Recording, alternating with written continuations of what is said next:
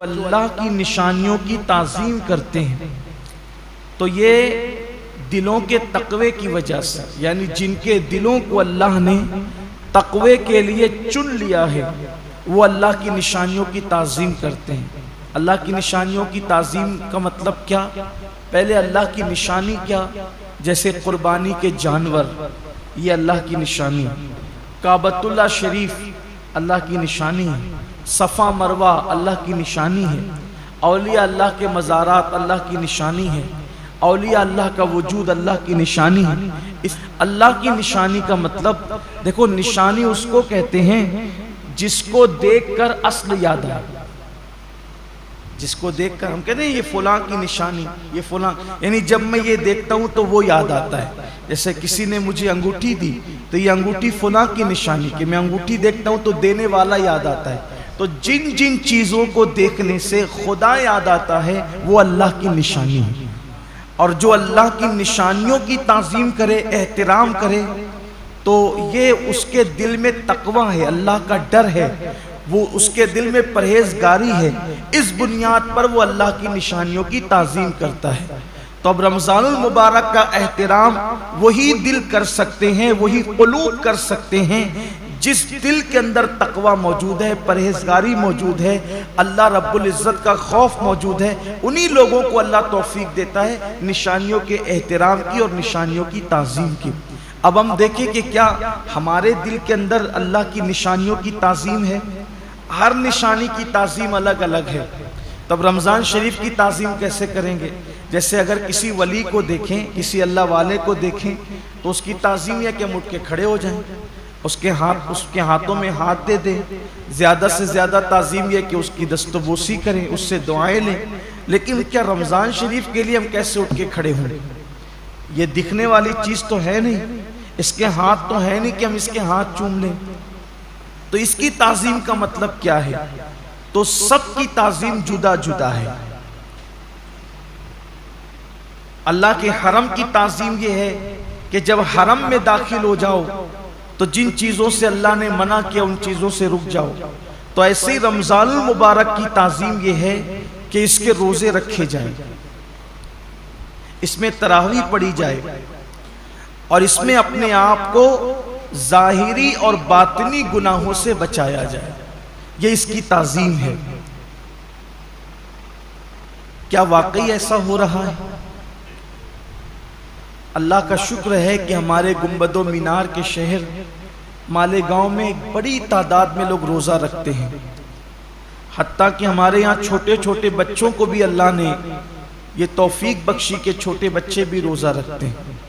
خواتین اس میں مردوں سے کچھ آگے ہے روزے کے معاملات کے اندر، لیکن کہیں نہ کہیں اب بھی کمی ہے۔ اب بھی ایک بہت بڑی تعداد ہے جو روزہ نہیں رکھتی، روزہ رکھنے سے محروم ہے، اور وہ ان نوجوانوں کی تعداد ہے جو اس وقت محنت مزدوری کرتے ہیں، مارکیٹ میں بیٹھتے ہیں، لوم چلاتے ہیں، کاروبار کرتے ہیں، اور ان کا عذر یہ کہ دھوپ بہت ہے، تمازت بہت ہے، شدت بہت ہے۔ واقعی موسم تو گرم ہے، کچھ روزے اپریل میں ہوں گے اور کچھ روزے مئی میں بھی ہوں گے، بلکہ پورا آخری عشرہ مئی میں ہوگا، اور گرمی کا اور محنت کا عذر پیش کر کے لوگ روزہ چھوڑ دیتے ہیں۔ پہلی بات تو یہ ہے کہ موسم کا عذر یا محنت کا عذر پیش کر کے روزہ چھوڑنے کی اجازت نہیں ہو سکتی، بلکہ اگر محنت مزدوری کی وجہ سے آپ روزہ چھوڑتے ہیں تو اسلام کا حکم یہ جو احکام شرع ہے وہ بتا رہا ہوں آپ کو، کہ ایک طرف روزہ چھوٹتا ہے کام دھام کی وجہ سے، آپ اپنے اندر طاقت نہیں پاتے کہ محنت بھی کریں اور روزہ بھی رکھیں، تو روزہ نہیں چھوڑ سکتے۔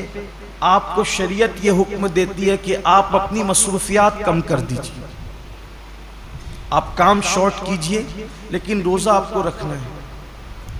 اس لیے کہ رمضان شریف کے ایک روزے کی اہمیت یہ ہے، ایک روزے کی، کہ جان بوجھ کر اگر کسی نے رمضان شریف کا ایک روزہ چھوڑ دیا اور اس کے بدلے میں پھر وہ پوری زندگی روزہ رکھے، تو زندگی بھر کے تمام روزے اس ایک روزے کی فضیلت کو نہیں پہنچ سکتے جو ماہ رمضان شریف میں رکھا گیا ہے۔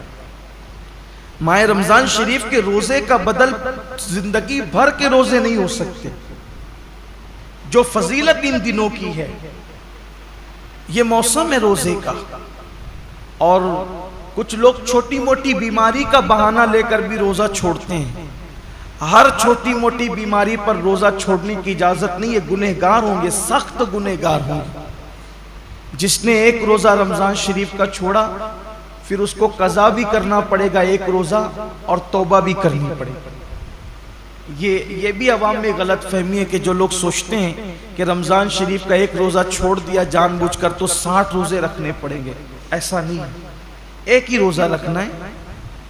یہ اصل میں جو بلا وجہ روزہ توڑ دیتے ہیں رکھ کر، 60 روزے ان کے لیے کفارے میں، لیکن جس نے روزہ چھوڑ دیا بہت برا کیا، اس نے ایک ہی روزہ رکھے گا بعد میں قضا، لیکن ساتھ ہی اس کو توبہ بھی کرنی پڑے گی۔ صرف روزہ قضا کرنے سے معاملہ ختم نہیں ہوگا، سچی توبہ بھی اس کے ساتھ لازم ہوگی۔ بلکہ جن لوگوں کے روزے کسی وجہ سے، لا علمی کی وجہ سے پہلے چھوٹ گئے، تو وہ عام دنوں میں غیر رمضان میں ان روزوں کی دھیرے دھیرے قضا کر لیں۔ روزہ نہ رکھنے کا وبال بڑا دردناک ہے۔ اللہ کے رسول صلی اللہ علیہ وآلہ وسلم فرماتے ہیں کہ میں نے جب شب معراج جہنم کا مشاہدہ کیا تو میں نے دیکھا کہ کچھ لوگوں کے جبڑوں کو آگ کی کینچی سے کاٹا جا رہا ہے۔ میں نے پوچھا جبریل یہ کون لوگ ہیں؟ عرض کیا یا رسول اللہ صلی اللہ علیہ وآلہ وسلم یہ آپ کی امت کے وہ لوگ ہیں جو ماہ رمضان شریف میں روزے نہیں رکھتے تھے۔ اس لیے یہ دنیا ہے، یہاں تو روتے گاتے گرتے پڑتے خوشی غمی میں زندگی کیسے بھی گزر جائے گی، لیکن ایک دن آخرت ہے، دنیا ختم ہونے والی ہے اور آخرت کبھی ختم نہیں ہوگی۔ آج عمل کر سکتے ہیں، اس کی اہمیت کا اندازہ نہیں ہے، جب اس عمل کا صلہ ملے گا اور عمل نہ کرنے پر سزا ملے گی تب انسان پچھتائے گا کہ کاش میں نے اس کا فائدہ اٹھا کر زندگی کا کچھ نیکیاں اکٹھا کر لی ہوتی، کچھ عمل کر لیا ہوتا۔ بلکہ مرنے والے اللہ کی بارگاہ میں منت کرتے ہیں کہ میرے اللہ ہمیں صرف 2 رکعت دنیا میں جا کر پڑھنے کی اجازت دے دے، لیکن ارشاد ہوتا ہے بندے جب ہم نے تجھے موقع دیا تھا اس وقت تو نے اس سے فائدہ نہیں اٹھایا، اب زندگی ختم ہو گئی ہے، اب دوبارہ کسی کو دنیا میں نہیں بھیجا جائے گا۔ اس لیے میں اپنے نوجوانوں سے کہتا ہوں بہانہ مت کیجئے، روزہ رکھنے والے کو صبر اللہ دیتا ہے۔ اور ایک بات آج آپ سے کہنا چاہتا ہوں، اگر کسی غربت کی، تنگ دستی کی یا محنت مزدوری کی وجہ سے آپ کا روزہ پر مشقت ہے، آپ کے روزے میں مشقت ہے، تکلیف ہے، تو یہ بات ہمیشہ یاد رکھیے گا کہ جس نیکی میں جتنی تکلیف ہوگی، جس نیکی میں جتنی تکلیف ہوگی اس کا صلہ اتنا بڑھا دیا جائے گا۔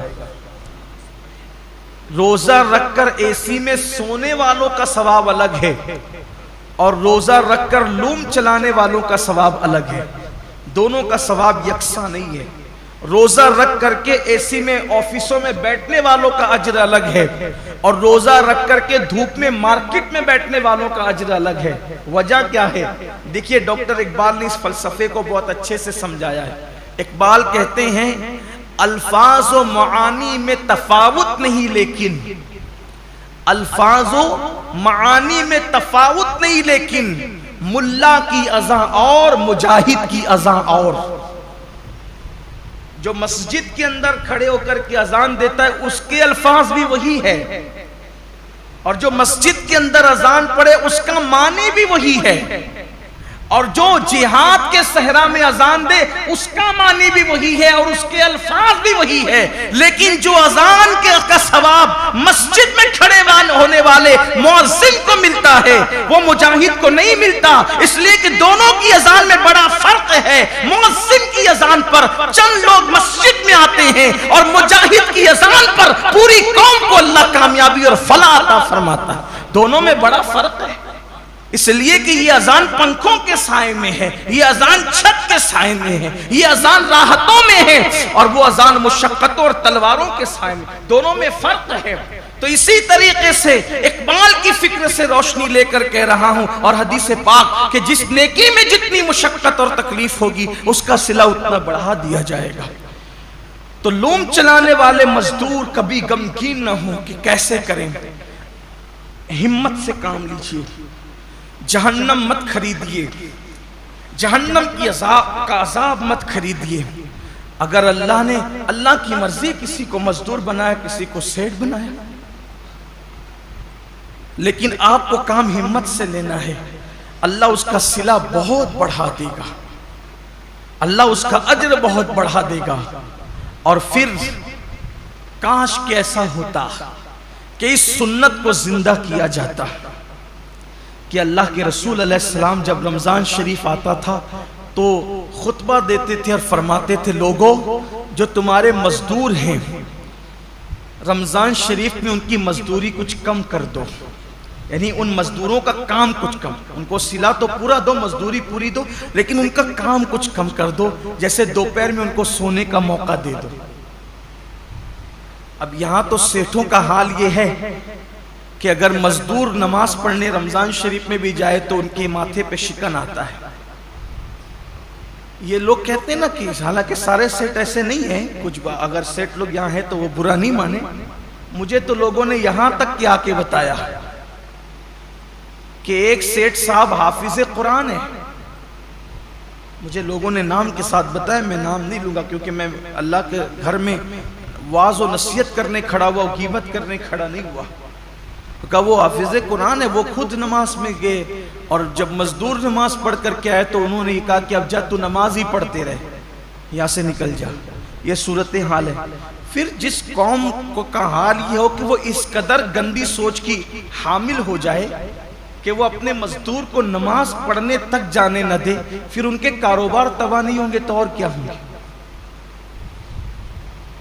ان کے کاروبار کی ملائی دوسرے لوگ نہیں کھائیں گے تو کیا کریں گے؟ کل اور آج کے کاروبار میں کچھ فرق محسوس کرتے ہیں آپ؟ کل کی برکتوں میں اور آج کی برکتوں میں آپ کچھ فرق محسوس کرتے ہیں؟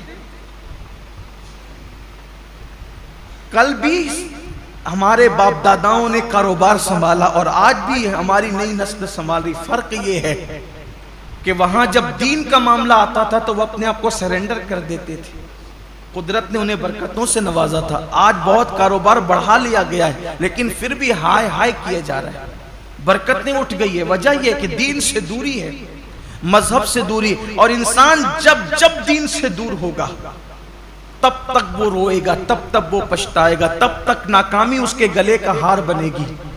تو آئیے، اللہ رب العزت نے اتنا خوبصورت سا مہینہ ہمیں دیا ہے، اس لیے میری گزارش ہے کہ اس مبارک مہینے میں پہلے تو روزوں کا اہتمام کریں، اور جن کو چھوٹی موٹی بیماریاں ان سے بھی کہتا ہوں بیماری کا بہانہ لے کے، سر درد ہے، بخار آ گیا ہے، کورونا ہو گیا ہے، ان چیزوں کو لے کر کے آپ روزہ نہ چھوڑیں، اس لیے کہ وہ اور بیماریاں ہیں اور اس حد تک بیماری ہے جس کو بہت سیریس میٹر کہتے ہیں، وہاں روزہ چھوڑنے کی اجازت ہے کہ جب آدمی رکھ ہی نہیں سکتا، بیماری بڑھ جانے کا یقین ہو، مر جائے گا، بیماری بڑھ جائے گی، تکلیف بڑھ جائے گی۔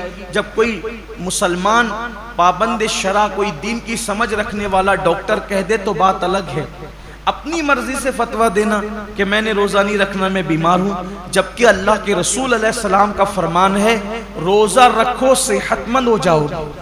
روزے سے بیماری نہیں بڑھتی بلکہ روزے سے صحت ملا کرتی۔ جب اللہ کے رسول نے کہہ دیا جو طبیبوں کے طبیب ہے، جو حکیموں کے حکیم ہے، جو صرف جسموں کے حکیم نہیں بلکہ روحانیت کے بھی حکیم و طبیب ہے، تو جب اس رسول نے فرما دیا روزہ رکھو صحت مند ہو جاؤ گے تو پھر صحت ملنا ہی ملنا ہے۔ اس لیے بہانہ نہ کرو۔ ایک حدیث پاک اور یاد آتی ہے، فرمایا گیا ہر قسم ہر چیز کی زکوٰۃ ہے، ہر چیز کی، جیسے مال کی زکوٰۃ، جس نے مال کی زکوٰۃ دے دی اس کا مال اللہ کے قلعے میں محفوظ ہو گیا، اب اس کے مال کو کوئی نقصان نہیں ہو سکتا۔ ایسے ہی جان کی بھی زکات ہے، جسم کی بھی زکات ہے۔ تو جان کی زکات کیا ہے؟ میرے آقا علیہ السلام فرماتے ہیں روزہ یہ تمہاری جان کی زکات ہے، تمہارے جسم کی زکات ہے۔ مطلب جو لوگ روزہ رکھ لیتے ہیں اب ان کی جان بھی اللہ محفوظ کر لیتا ہے، وہ مہلک بیماریوں سے، موذی بیماریوں سے محفوظ ہو جاتے ہیں۔ آپ دیکھیے اللہ کے اولیاء آج جتنی کثرت سے بیماریاں ہیں پہلے نہیں تھی، اور جو بیماریاں آج ہیں وہ پہلے نہیں تھی۔ کیوں؟